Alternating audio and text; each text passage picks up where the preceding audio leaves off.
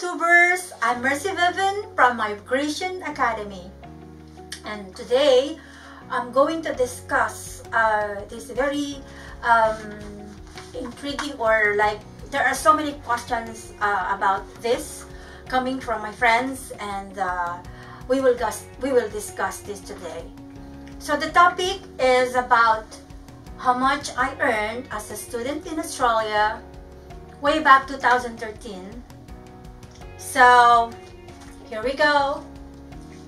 In 2013, I worked as a general service officer in a nursing facility, and I applied in SEEK. I submitted my resume, and after 3 weeks, I was called for interview. So after the interview, I was hired, and I started out as a casual employee.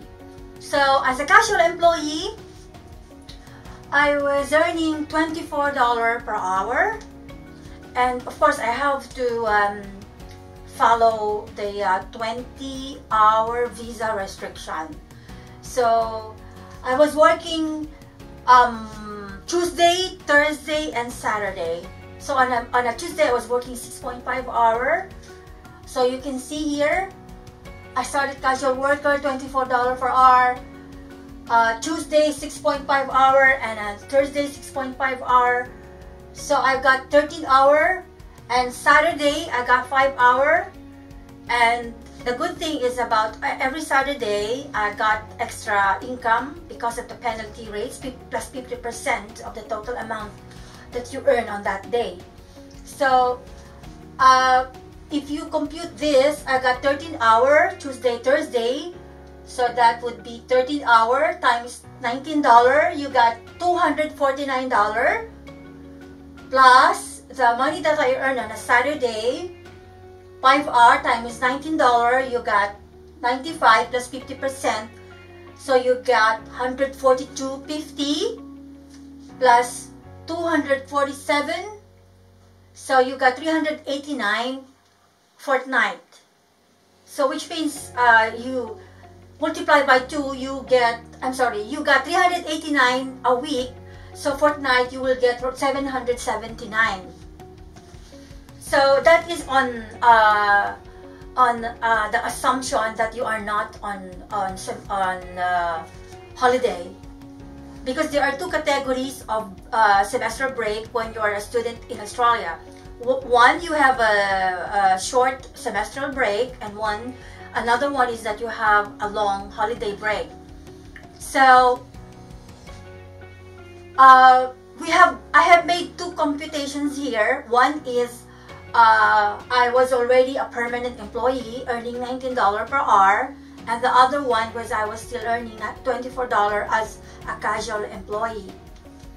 So as you can see, the total is, if you are earning $24 per hour as a casual employee on a student visa, you will get to earn $984 fortnight. Multiplied by 2, you get almost $2 grand a month. Alright, as a casual employee. So this is how I earn my money that would pay for my tuition fee. During the 5-month holiday, long holiday, I would be what do you call this? I would be making a letter of request to the manager or the roster officer requesting for additional shift. And I would say that I will be having a long holiday and I need the money and I need extra shift. And most of the time they would agree to my request. So during the time I was able to save, they would give me 70-hour fortnight. And they would allow me to work 6 days a week for 5 months. So I earn around 10 to 12 grand. So if your tuition fee is $28,000 for the 2-year masters, like me, prior to departure to Australia, I already paid 1/4 of that, which is around 7 grand. So what you need when you arrive to Australia is just to save the money for after 6 months to pay for the installment of your tuition fee. Remember that you don't need to pay the total amount of the tuition fee. You can pay it on an installment basis, which means if you are on a master's degree, you can pay it in 4 equal installments. So when you arrive in Australia, as in all cases, you have to pay 1/4 of the installment fee. So what you need to save is only the remaining 3 installments. So in my case, when I arrived, I got 5 months to save money for the next installment. So on my 3rd installment, that's where we have to make like a plan. Okay, when you're a student, you have to make option 1, option 2, option 3. What do I mean by that? When you have option 1, you got to have like a buffer fund where you can get money when you run out of funds. Like for example, if you only have 3 grand remaining and you still have, you still be needing 4 grand to complete the amount of the tuition that you have to pay for the next semester, then you can ask your parent to add up, or your sister, brother, or your relative, or you can have a loan, whatever. So you have to have an option. So in my case, I already anticipated this. So I was just lucky that I work in a nursing facility that pays me penalty rates and gives me 5 months, 6 days work a week during my long holiday break. So in that case, I was able to save enough money for me. Alright? So also, remember that when you're studying in Australia, there would be like this, what do you call that? You will have that situation where, like when I was studying, my father became sick and was hospitalized. So when I need support from my father, you have to be open to that option that in the worst case scenario, you have to seek the help of a friend or a relative. So yeah, that's what I mean when I say you have to have option 1 and option 2, option 3. Okay, under worst case scenario. Alright, so as you can see on the whiteboard, these are my expenses. For the rent, I pay $150 a week, and for my Opal, at the time there was still no Opal, but I spent $50 per night. For my food, I try to budget it, and I really buy my stuff and cook it and put it in the fridge. So I try to budget it only, and I was able to spend only $200 per month.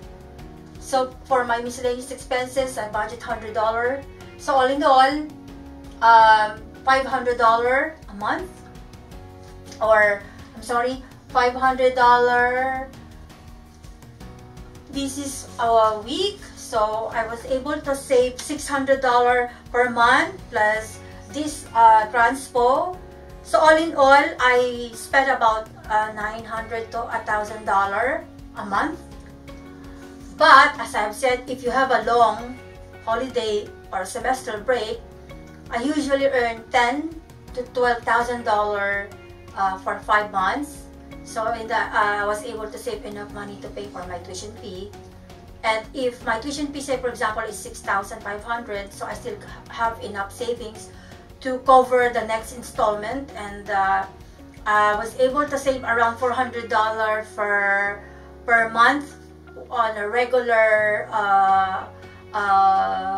work, assuming there is no semester break. So during this 5-month holiday break, you have unlimited hours, and I was given 6 days work a week by my company. So just tell the manager, just tell the roster officer that you are on holiday. Get the letter telling that you are on a holiday break. Get it from your student advisory head and give it to your manager. That's what I do when I was a student. Okay, so I hope these tips can help you to save money while on a student visa in Australia. Bye-bye!